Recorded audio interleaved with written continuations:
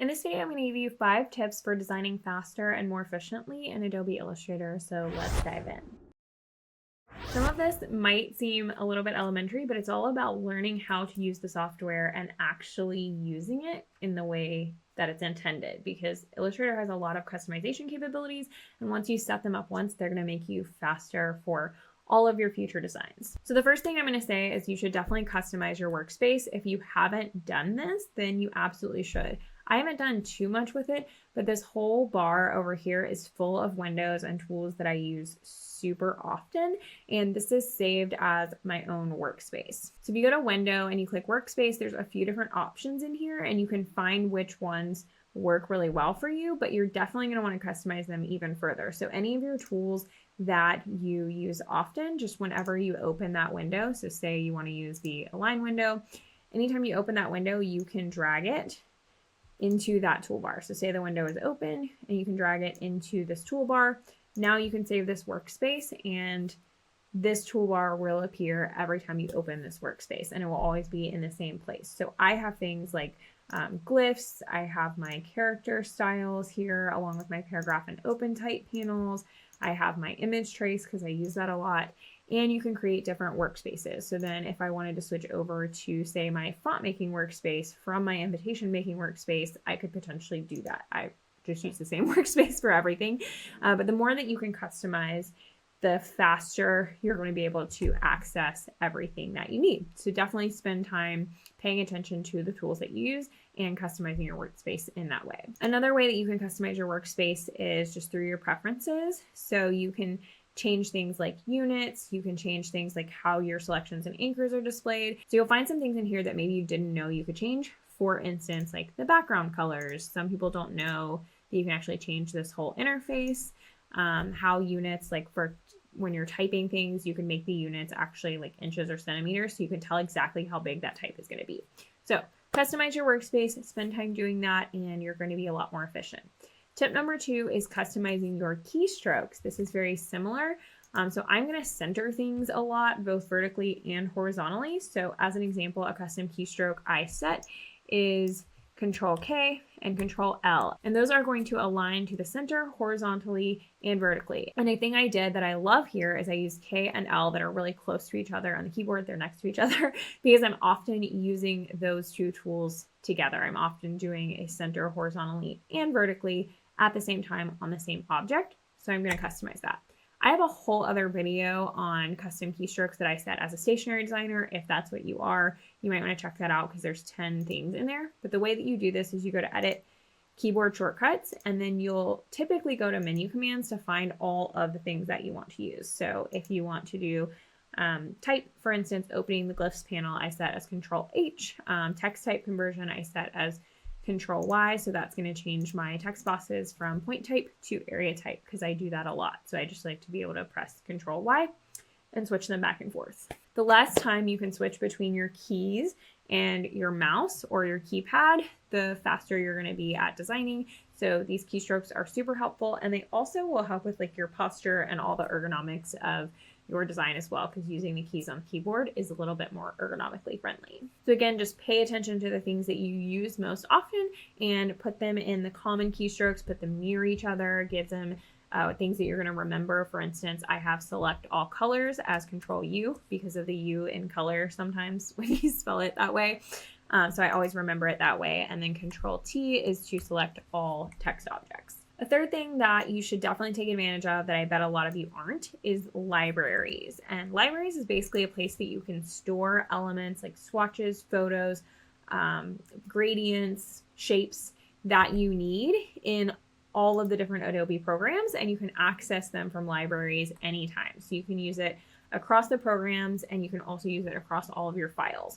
For instance, I have this one called the Stationer Swatchbook. I'll link it below if you're a stationer. It's super helpful, but it includes die cut shape lines as well as color palettes, like swatch color palettes from all of my really common brands that I use. So for instance, if I'm using a Cards and Pockets envelope, then I have all the different color swatches right here that I can choose from. Say I want to use this coral envelope, I can just make this little square, press coral, and I have that color ready to go. Another thing that I have in this library is die cut shapes.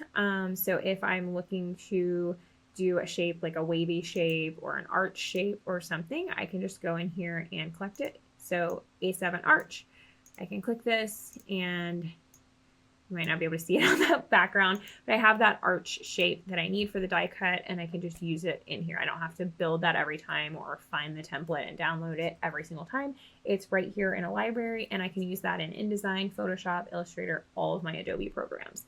So I highly recommend creating libraries with your brand color swatches, your fonts, any gradients that you might use, any elements, your logos, etc., because you can use those across all your different programs. It makes you way faster.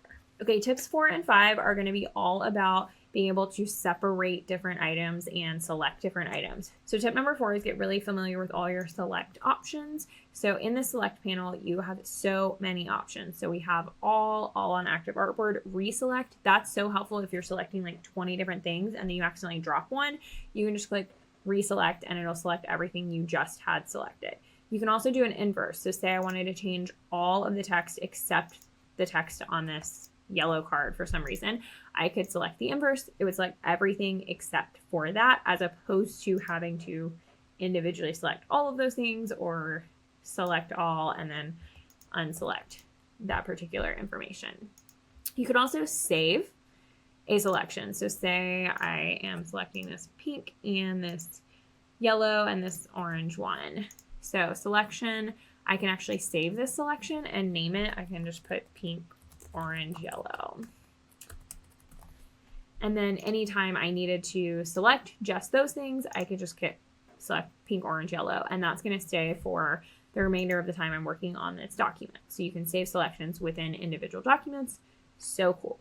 Also, I mentioned that I have some keyboard shortcuts like Control T will select all our active text objects. Control U will select everything that's the same color as whatever else we have selected. You find those, if you don't have them as keyboard shortcuts, you find them over here. So select same appearance, same blending mode, same fill color. That's where you see that Control U, opacity, all these things. You can also do like select same font family or font family and style and size. So if you want to change all your headings that are one font family, size 36, to a different font, you can just select those by font size or by family, style, and size. So many different options here. And then object will give you different items. Like you can select everything that's a brush stroke, everything that's a clipping mask. Your stray points is amazing. So if you're drawing something or if you're digitizing something that's like a ton of different little pencil strokes or something, or if you think some of the paper got digitized as well, vectorized as well, then you can always clean up those stray points by just selecting those. So we have one stray point down here that I wouldn't have ever seen, and so I'm going to delete that so it doesn't accidentally get into my file. And then of course you can do all your text objects or different types of text boxes as well. I use that so much as an invitation designer. So get really familiar with those selection tools. I feel like the best thing you can do to be more efficient in Illustrator is just get really familiar with all of the different tools, but that's one that I would absolutely start with because it's something that you probably spend a lot of time like selecting things by font or selecting things by color to change it. So if you get really familiar with those tools, you can save yourself a lot of time there. And kind of along the same vein is getting used to using layers. I actually don't use layers as much as I should, but I'm starting to try and use them more.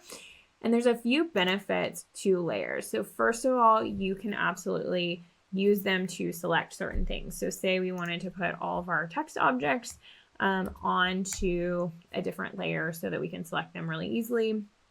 Again, we can always select them with same select object, all text objects. But a lot of times people will want to put them on a different layer. So we'll do this and we'll just paste them in place on the new red layer. And you can just name that as text and then name this as like, artwork or whatever else you want to do. So a good thing about this is you can turn them on and off really easily. You can lock all of the text at once. Again, you can just do select text or select same fill color and do some of the same things. You can also, with your layers, determine order. So if you always want text to be on top of the artwork, you can make text and artwork separate layers, and therefore text is always going to be on the top of the artwork layer. Even if you do like send to back or send to front, all of the text is still going to be above all of the artwork no matter what, because it's on a separate layer. So this just gives you a little bit more control over what you're selecting and what you're working on, as well as what you can lock, turn on and off, etc. Another really cool thing about layers is you can determine which ones are printable or not. So if you're designing for print like I am, so one thing that I like to have is this little envelope front piece that I made to show kind of how the envelope liner is going to fit into the envelope and what part of the top of the envelope liner is going to show. But I don't want that to ever print, and sometimes I might accidentally forget to delete it before I save the file. If you use templates to do like the safe zone for your files, if you use die cut shapes, etc., these are going to be really good options to put on a non-printable layer so you don't accidentally forget to delete them and have an issue where you accidentally print a template or something like this. So I would add this to a third layer that I would call like non-printable or something like that. The way you make that non-printable is just by double clicking here and not clicking print. So anything that's on the green layer is not going to print. So anything that's on the green layer is not going to print. You can see that by it being in italics here. So it's a great place for templates, things like this, you know, guidelines, notes to yourself. Sometimes I'm making notes about like remembering to print something on a slightly different paper than I usually use, or remembering the quantities or things like that. And you can put those on a non-printable layer and it's not going to accidentally get into your file. So getting super familiar with Illustrator is going to make you so much more efficient. I hope these tips kind of helped. You can pay attention to the tools that you use most often and set up custom keystrokes, as well as putting them over here in your custom workspace. You can also edit your preferences a little bit to further customize your workspace. Then for elements that you use a lot, you want to put them in libraries so that you can access them in all of your different files, as well as across your different Adobe programs. And then lastly, if you have to get familiar with two of the tools in Illustrator, I would definitely say this selection tool, and then also getting used to using your layers and all the different options for using those, because they are going to help your process become so much more efficient. They'll help your files be a lot easier to use, and they're going to save you a ton of time. Now, if you want to learn more about Adobe Illustrator, I have a whole course on getting started and set up and how to use Adobe Illustrator. It's free. You can sign up for it in the description of this video. And of course, I have a ton of other videos on graphic design, Illustrator, and wedding stationery on my channel if you want to stick around. Thank you so much for watching. I hope this helps you become a more efficient designer.